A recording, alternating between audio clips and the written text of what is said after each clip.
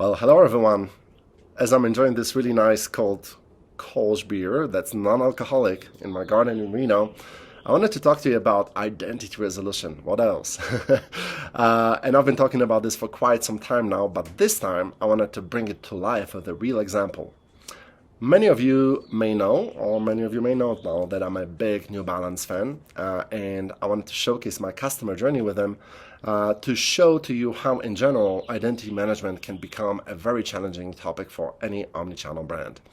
And I'm definitely not trying to suggest anything about New Balance in this particular example, because I really don't know their situation on how they may be handling this problem. It is just simply, I'm just simply using New Balance because it's one of my favorite brands and I recently went for a purchase. So this is how my journey started. I happened to see a TV ad, really loved it, which prompted me to go to the New Balance website to check out their new shoes. I browsed to the website without logging in or registering for an account because I didn't want to at that time leave any of my email addresses. Wasn't ready for it yet, and I found a really nice pair of sneakers and added them to the basket. Because of the price point, I thought, maybe I want to sleep on this. Let's wait till the morning and I'll come back to the subject. Well, as you can all imagine, I just forgot about it. And for a couple of weeks, I never came back to the website.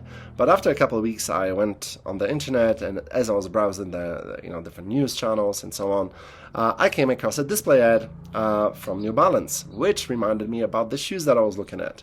Didn't click on it, but I decided to use my iPad at the time and go to the website and browse some more. This time I decided to actually register for an account, hoping that I can get some sort of discount. As you know, many brands offer that. And as I was still undecided to make a purchase at that time, I decided to wait a few days and essentially go over the weekend to one of their stores to actually try on some sneakers and make a decision then. When I went into the store, I tried a few pairs and I noticed this great deal. Buy one pair, get another one for 50% off. Went for it, no brainer.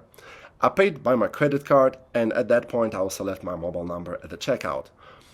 As you can imagine, throughout this journey, multiple identifiers might have been collected by the brand, such as my connected TV ad impression log with timestamp, cookie ID from my desktop website visit, a device ID from my display ad impression, another device ID from my return to the website, for which I used my iPad, my email address when I was registering for an account, and my mobile number and the transaction details that were captured at that checkout. Now, if you're a marketer and you're wondering how to stitch all of these different identifiers and touch points together, well, multiply it by millions of data rows associated with millions of other consumers, and you will quickly realize how messy and challenging this will be. So, the good news is that you now can leverage LiveRamp's ID graph to connect, resolve, and translate all of these disparate identifiers onto a persistent, interoperable identifier called Ramp ID. And you can do it with a 99.4% accuracy, which is great.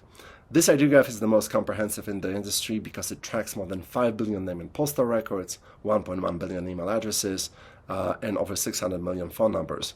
Additionally, this ID graph maintains more than 650 integrations with all of the leading marketing activation destinations like different DSPs, walled gardens, connected TV providers, OTTs, etc.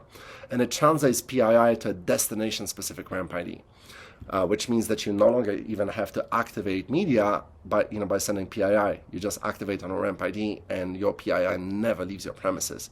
Your CIO would be happy about that.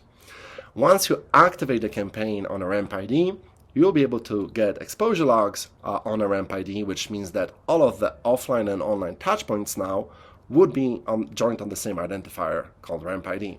So effectively, you'll be able to join all of these different data sets together and have this holistic view of the customer. What is this going to enable you to do? Well, if you have questions like, what is my optimal customer journey that leads to a conversion? How much revenue was generated by my specific ad campaign, both online and offline? Which channels and touchpoints drive the highest conversion rate? Where am I wasting precious media dollars? These are all very, very important business issues and questions that can really have a massive impact on the bottom line. And the use cases here are literally endless. So could this type of solution be potentially something that can make you or someone else a #1 CMO in the world by the Forbes magazine? Potentially.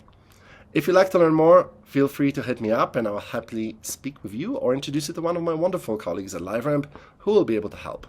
Thank you for watching. Bye-bye.